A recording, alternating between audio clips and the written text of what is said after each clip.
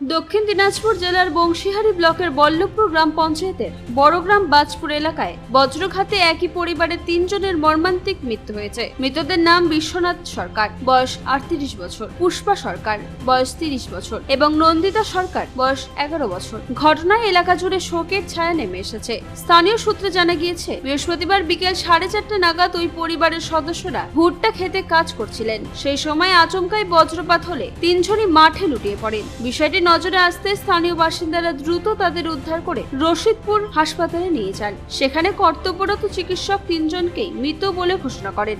ঘটনার খবর পেয়ে বংশীহারি থানার পুলিশ হাসপাতালে পৌঁছে মৃতদেহগুলি নিজেদের হেফাজতে নেন। পুলিশ সূত্রে জানা গিয়েছে, শুক্রবার মৃতদেহগুলি ময়নাতদন্তের জন্য বালুরঘাট জেলা হাসপাতালে পাঠানো হবে। একই পরিবারের 3 সদস্যের আকস্মিক মৃত্যুতে বড়গ্রাম বাজপুর এলাকায় নেমে এসেছে গভীর শোকের ছায়া। মৃতদের পরিবারের প্রতি সমবেদনা জানিয়েছেন স্থানীয় বাসিন্দারা। মারা গেছে আমাদের এখানে। কোথায় এটা? এই বড় গ্রাম, বড়গ্রামটা?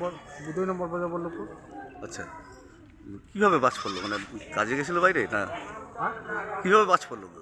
ওর ভুট্টা ঢাকা দিয়ে গেছিলো, তখন বাস করে সেখানেই মারা যায়। কজন মারা গেছে? 3 জন, 3জন কি একই পরিবারের? একই পরিবার, কে কে, মানে তাদের মধ্যে কে? স্বামী স্ত্রী আর মেয়ে।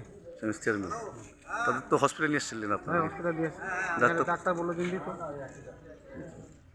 আরও কি 2 জন আহত হয়েছে? না, আমাদের ওখানে তো হয়নি। আপনার নাম? আমার নাম পরিমল সরকার। বংশীহারি থেকে অমিত মহন্তর রিপোর্ট, পুলিশ নিউজ।